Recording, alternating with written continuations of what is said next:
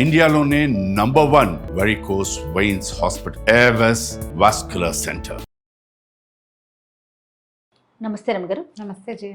రమగారు, శత్రు నాశనం చేయటానికి లేకుంటే శత్రువుల యొక్క చూపు పడకుండా ఉండటానికి ఏమైనా స్తోత్రాలు కానీ మంత్రాలు కానీ ఉంటాయా? శత్రువులు అంటే ఏమిటి? ఏమైనా యుద్ధాలు అవి చేస్తున్నాం మనం ఇప్పుడు? అంటే రాచరికం కాదు కదా. వ్యాపారంలో స్పర్ధులు ఉంటారు ఎంతో కొంత, వాళ్ళకేవో ఉంటాయి. బిజినెస్లో ఏదైనా రైవలరీ ఉండొచ్చు, ఉద్యోగస్తుల్లో ఏదో చిన్నవి కాంపిటీషన్స్ ఉంటాయి, స్టూడెంట్స్ ఫ్రెండ్స్లో ఏవో చిన్న చిన్న పోటీలు ఉంటాయి. ఇంత పెద్ద శత్రుత్వం అనే అంత పెద్ద పదాలు ఏముంటాయి జీవితాల్లో మామూలు వాళ్ళకి? కానీ అనుకుంటాం, కానీ చాలా మందికి ఉంటారు రమ్మగారు, చుట్టుపక్కల వాళ్ళని, ఎదిరింటోళ్ళు, పక్కింటోళ్ళు, చదువుకునేటప్పుడు విన్న శత్రువు అని ఫీల్ అయిపోయి ఎనిమిని చూసినట్టు చూసేవాళ్ళు ఉండరా? ఉంటారు. వాటితో సార్ట్ అవుట్ చేసుకోవాలి. దానికి శత్రునాశనానికి మంత్రాలు అవి తంత్రాలు ఏం చేస్తాం? సార్ట్ అవుట్ చేసుకోవాలి. గిలికజాలు పెట్టుకుని మనం దాని పెంచి చేసుకుని చిన్న చిన్న వాటి మనమే 90% శత్రుత్వాలన్నీ కూడా చిన్న ఇచ్చిపుచ్చుకునే ధోరణి లేక మొదలవుతాయి జయ. ఇప్పుడు ఎదురిళ్లలో ఎవరైనా ఒకటి ఇచ్చిపుచ్చుకునే ధోరణి ఉంటే ఎక్స్ప్లాయిట్ చేసేవాళ్ళు కొంతమంది, తర్వాత అవతల వాళ్ళలో ఏదైనా లూప్ హోల్ కనపడితే మనం వెతికే ధోరణి, దాన్ని పెంచి పోషించడం, దాన్ని నలుగురికి చెప్పడం, అక్కర్లేని మాటలు మాట్లాడటం, వాళ్ళు ఏదైనా తగాదా పడుతుంటే వెళ్ళి వింటాం, కింద వాళ్ళకో పక్క వాళ్ళకో ఇంకోళ్ళకో చెప్తూ ఉంటాం. మనమే తీరి కూర్చుని తెచ్చుకుంటాం కదా. చిన్న చిన్న గొడవలతో మొదలైతే చివరికి పెద్ద పెద్ద పోలీస్ స్టేషన్ల దాకా వెళ్తారు. మొదట ఎందుకు సార్టెడ్గా సార్ట్ అవుట్ చేసుకుంటూ ఎందుకుండరో అర్థం కాదు. చివరికి శత్రుత్వం మాదే కరెక్ట్, మేమే కరెక్ట్ అనే ఆలోచన ఉంటుంది కదా రమ్మగారు. మేమే కరెక్ట్ కాదు, ఎదుటి వాళ్ళు ఎప్పుడూ తప్పే. అంతే పిచ్చి ధోరణులు జయ. అస్సలు తగ్గరు, ఆలోచనే రాదు. ఇప్పుడు శత్రుత్వం అనేంత పెద్ద పదం వాడుకోకర్లేదు, కానీ అకారణంగా కొంతమందితోటి శత్రుత్వాలు ఏర్పడతాయి మన ప్రమేయం లేకుండా. ఇవి ఇప్పుడు మనం చేసుకునేవి, మనమే ఫ్రెండ్స్ తోటి చిన్న చిన్న తగాదాలు పడ్డం, మనమే అబద్ధాలు చెప్పడం, వాళ్ళ గురించి వేరే వాళ్ళకి చెడుగా చెప్పేసేయటం, అవన్నీ బయటపడ్డాక మనకు పోట్లాట రావటం శత్రుత్వం. ఫ్రెండ్కి అప్పు ఇవ్వటం, వాడు అప్పు తీర్చుకుంటా ఎగ్గొట్టడం, మనం 2 సార్లు అడగటం, అడగగానే శత్రుత్వం. పిల్లలిద్దరూ కొట్టుకుంటారు, తల్లులు శత్రువులు అయిపోతారు, పిల్లలు కలుసుకుంటారు. ఆఫీసుల్లో ప్రమోషన్ వస్తుంది అనుకుంటే వీళ్ళకి రాకుండా పక్కవాడు ఎవరికో వస్తుంది, అప్పుడు కాస్త దుగ్ధ. ఇద్దరు కలిసి పనిచేస్తారు, క్రెడిట్ ఒకటి తీసుకుంటాడు, అప్పుడు శత్రుత్వం కదా. ఇవన్నీ మనలో ఉన్నటువంటి లోపాలు. వాటిని మనం అధిగమించలేక ఇతరులని శత్రువులను చేసేసుకుని ఆ శత్రుబాధలు పోవడానికి ఏదైనా చేయాలనుకుంటాం. మనం కాదు మారవలసింది, మనం కదా మారాలి. మనం మారితే బాగుంటుంది. కాదు అయినా కూడా మాకేవో ఇబ్బంది, మన ప్రమేయం లేకుండానే శత్రుత్వం ఉంటుంది కొన్ని చోట్ల. అకారణంగా రోడ్డు మీద చిన్న విషయానికి తగాదా మొదలయ్యేది పెద్ద వ్యవహారం చుట్టుకుంటుంది. ఒక్కొక్కసారి అట్లా అవుతుంది. మనకి జాతకంలో ఏమైనా సమస్యలు ఉన్నప్పుడు తర్వాత ఇంకొకటి జరుగుతుంది రమ్మగారు, మన ఫ్యామిలీ మెంబర్స్ వల్ల మనకి కూడా వాళ్ళు శత్రువులు అయిపోతారు. అక్కడ మనము శత్రుత్వం కాదు, మనకి వాళ్ళకి ఏమి డైరెక్ట్ గా ఏమి ప్రాబ్లం ఉండదు. ఇంట్లో ఎవరో ఏదో చేసిన దాని వల్ల వాళ్ళతో మనకున్న రిలేషన్ దెబ్బతింటదండి. అలా అవుతాయి. అట్లా కేవలం ఫ్యామిలీ ఒకటవటం వలన అదే అలాగూ వస్తాయి. అట్లాగే వస్తాయి పెళ్లి సంబంధాల వల్ల. ఈ సంబంధం చూస్తారు, పెళ్లి చేసుకుందాం అనుకుంటారు, వీళ్ళు చుట్టాలి, తీరవాడు ఈ పిల్లని చేసుకొని ఇంకో పిల్లని చేసుకుంటానంటాడు, వీళ్ళు శత్రువులు అయిపోతారు. లేదా ఆ పిల్ల వీడిని చేసుకొని అంటుంది. చుట్టాల్లో సంబంధాలు కుదుర్చుకుంటే అదొక గోలగా ఉంటుంది కదా. లేకపోతే సంబంధం కుదిర్చిన వాళ్ళు శత్రువు అవుతారు, వీళ్ళు పోట్లాడుకుంటే సంబంధం కుదిర్చిన వాళ్ళు శత్రువులు అయిపోతారు. ఇలాంటివి వస్తాయి జీవితాల్లో. అందరి జీవితాల్లో ఎవరో ఒకళ్ళు ఎక్కడో చోట ఇలాగ తారసపడుతూనే ఉంటారు. ఇవన్నీ మనం సార్ట్ అవుట్ చేసుకోవచ్చు, లెట్ గో చెయ్యొచ్చు.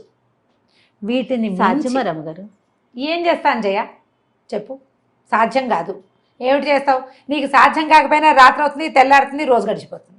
వదిలేయటమే అనుకుంటాను నేనైతే. అదే లెట్ గో, వదిలేయటమే. సార్ట్ అవుట్ చేయలేమనుకో, వదిలేయి.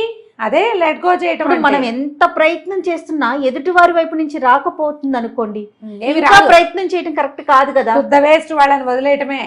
అందుకే లెట్ గో, పో, నీ సావు నువ్వు సావు, నా దారిని నేను పోతా అని మన దారిని మనం ఉండటం. ఎక్కడ ప్రపంచం ఆగదు కదా అనిపిస్తుంది. ఎక్కడ ఆగదు, రాత్రి అవుతుంది, తెల్లారుతుంది, మామూలుగానే అయిపోతుంది.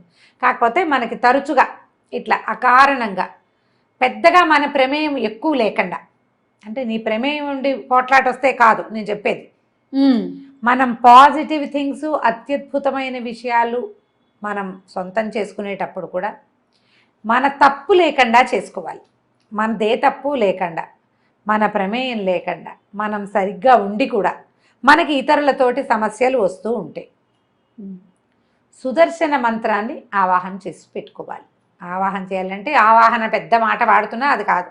సుదర్శన మంత్రాన్ని అనుసంధానం చేసి పెట్టుకోవాలి, చదువుకోవాలి. సుదర్శనం చాలా కాపాడుతుంది. అది స్వామివారి సుదర్శన చక్రం, చక్రాయుధం. ఓకే.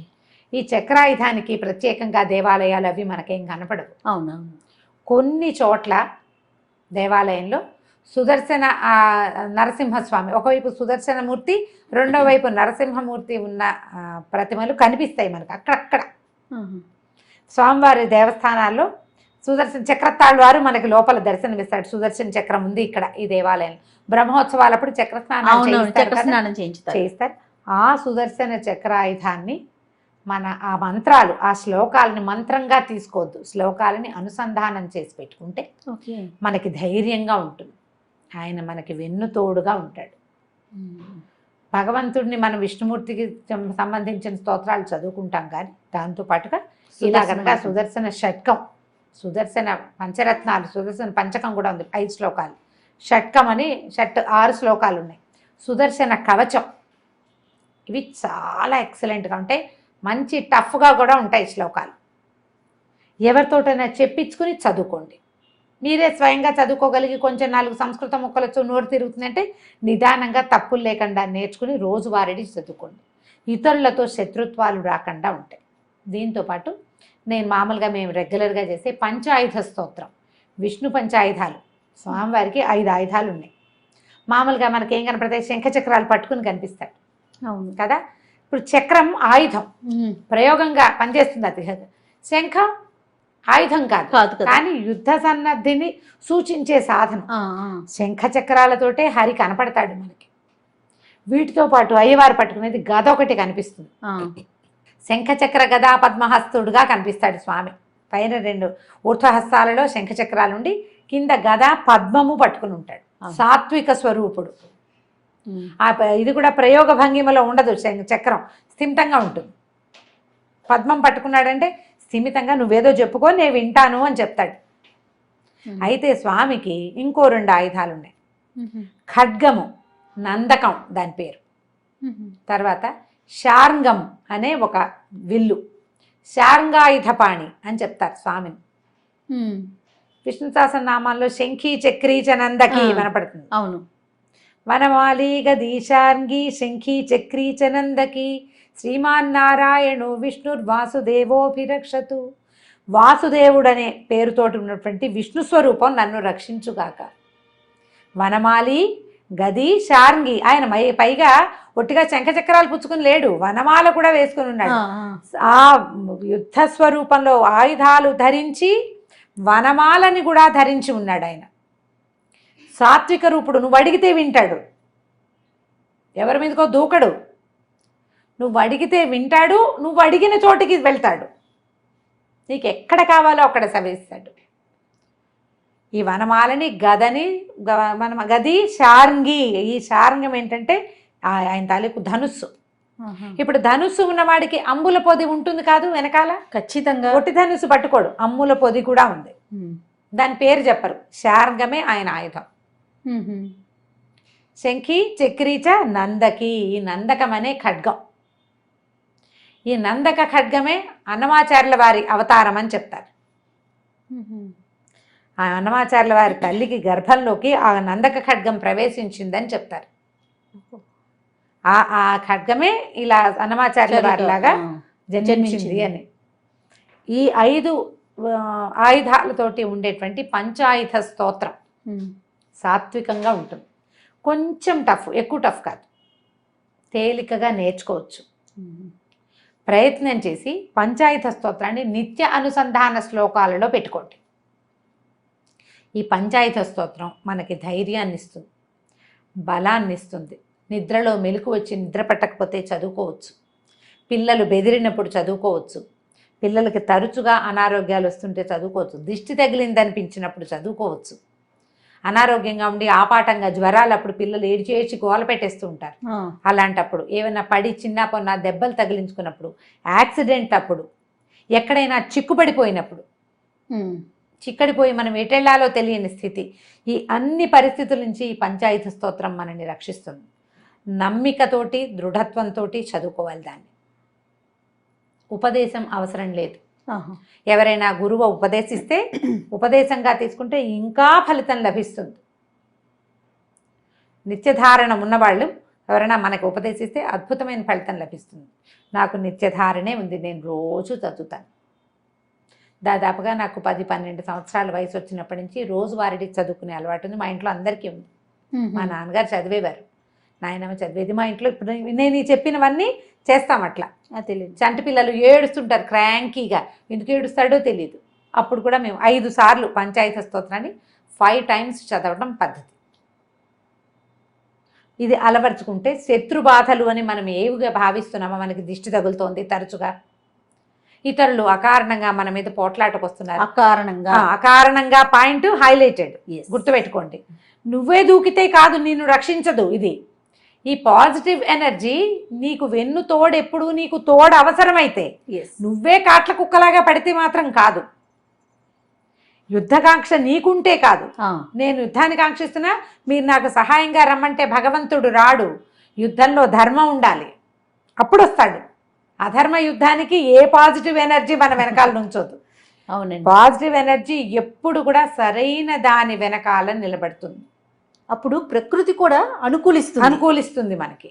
ఈ ధోరణితోటి పనిచేయండి. మీ ముందు మీ దగ్గర కయ్యానికి కాలు దువ్వే ధోరణి ఉంటే దాన్ని తగ్గించుకోండి. ఈ స్తోత్రం చాలా సహాయం చేస్తుంది. ఇది చదువుకోవచ్చు.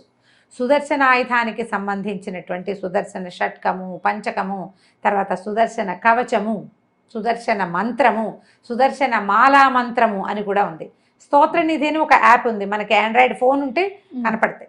స్తోత్రనిధిలో మనకి ఇవి కనిపిస్తాయి. దాదాపుగా తప్పులు పెద్దగా ఉండవు. స్తోత్రనిధిలో బాగానే ఉంది. ఓకే, కొన్నిటికి నేను చూస్తుంటా, ప్రయత్నం చేసి చూడండి. ఇవన్నీ మనకి ఆన్లైన్ కూడా పాడినవి దొరుకుతాయి. అది అలా సంగీతంగా పాడకపోయినా స్తోత్రంగా చదువుకోండి, ఉపయోగపడుతుంది. ప్రయత్నం చేసి చూడండి. నమస్తే. నమస్తే చేయాలి.